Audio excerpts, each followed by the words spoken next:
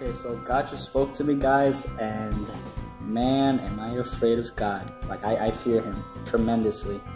God told me something. He gave me a huge warning through the Holy Spirit. And he told me, Nicholas, I'm going to give you one more chance. And if you fail me again, willfully, lustfully, I'm letting you know, you will be destroyed. And I was like, whoa. And God just kept talking to me, and telling me more and telling me more. And then he said, obey my commands. He kept telling me that over and over. Obey my commands.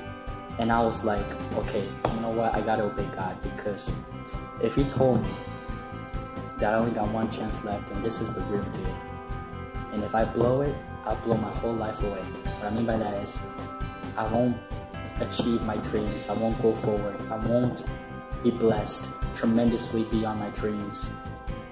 Because right now I'm at the point of real life in college, and God has it all under control, but he's telling me, just do not sin against me willfully.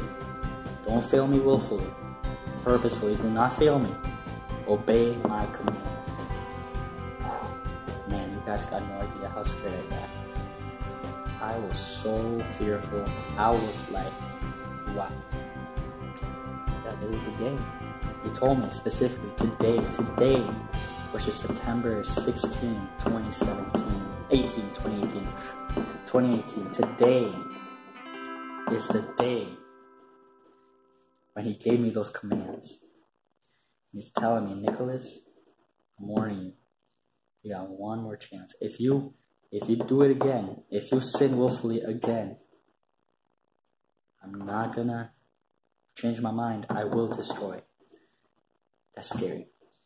Something else he told me at that very second when he told me that was, and this is the scary part too, I do not change my mind. What I said is true and plain. I don't change my mind. And I was like, whoa, like, God. And I started praying to God. I'm like, God, I want you to, and I pray to God. I'm like, God, all the times I'm about to sin, all the times I'm about to do something bad or something wrong, I'm telling you, God, I'm begging you, God, and crying out loud, God, I'm telling you, deliver me from temptation and sin. And I was so scared. I was like, you know what? No more sin. I am stop. It's going to put a stop. It's always going to be a stop. I'm going to put a stop on it. And then God told me again.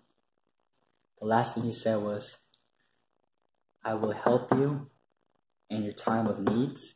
I will help you in temptation. I will help you to not sin. I have you. He told me that. And I was like, okay, God is with me.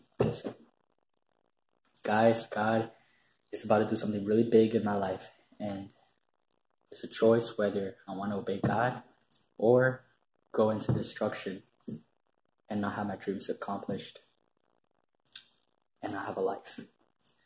So, you know what I pick? Yeah, I picked the one on the left. I picked Jesus. I picked the road to success and dreams. The road of God. This reminds me, because I think the Holy Spirit's putting this picture in my mind for some reason. But now I'm kind of understanding little by little, I'm processing it.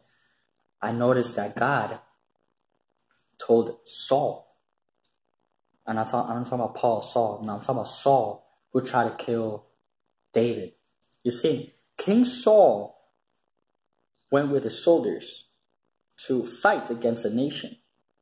And God specifically told Saul, you have to kill everybody, including the animals. Don't take anything with you. Saul killed the people. But he disobeyed God when he didn't kill the animals. Instead, he took the animals with him. And what did God do? What did God do? Let me tell you what God did. God took away his throne. Saul was no more a king.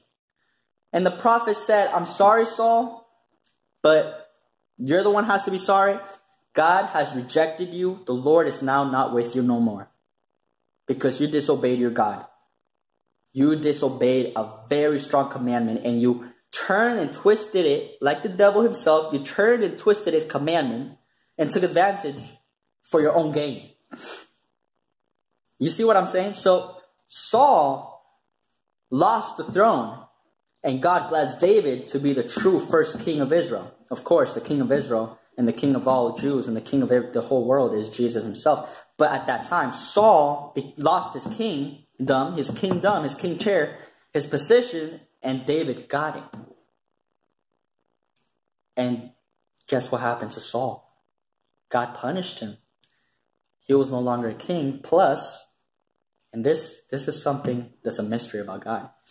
He let the devil send one of his angels, one of the demons, a spirit of torment, to torment Saul. You see what I'm saying? So the spirit will torment Saul every single time as a punishment from God. God let his one and only powerful enemy, the devil, to go up to Saul and torture him with depression, anxiety, suicidal thoughts, and a lot of miserable feelings. And this is what's going on right now with me. I have to obey God's commands. Because if I don't know what's going to happen. I don't want to know what's going to happen. I don't even want to be there what's going to happen. And I'm letting you guys know, yes, I do fear God tremendously. I fear him so much more than ever so far. I fear him a lot. Not only do I fear him, I'm afraid of him. And I looked around, I'm home alone right now. I looked around my whole house with my hand on my chest. I'm like, God, I love you. Okay, God, I will obey you, my King. I will obey you, Father. I will. You see, there comes a time in life when you have to make a very strong decision. And no, I'm not talking about marriage. I'm not talking about trying to get a car. I'm not talking about trying to get, kids. I'm not talking about trying to get, a house. I'm not talking about any of that. I'm talking about something way more serious than any of that. A time where you have to decide whether you're going to go after God so he can achieve your dreams and bless you while you still have the chance, or you choose the world and go into sinful temptations and lusts and every sinful sin you can just think about. Right now, I'm on the edge of that. I'm on a cliff. The hill is where I'm standing right now, present. Down is hell, right? Forward is life. Up is heaven. God is riding the plane. Jesus is riding the jet. He stops right there. He says, what do you choose? Don't you want me? Let's go forward together. Let's accomplish together. Let's do miracles together. Let's have a life together. Just follow me. A lot of people like Saul will say, no, Jesus, I don't want to follow you. I can see right ahead without you. I'll just go on a walk and fall straight to hell. They fall to the pit. But no, I look at Jesus and I'm like, you know what, Jesus? I'm so scared right now. But I'm getting on that plane. I'm going to that jet, my private jet. I'm going there. And I go into that jet, close the door, and we go forward with Jesus. That is the point of life right now that I'm talking about. I am on that point of life right now. To the point where I get to choose. What's scary is temptation, but for sure after what God told me, I will not fail him. By the power of his Spirit, not by my power. Because if I'm alone, of course, I will fail.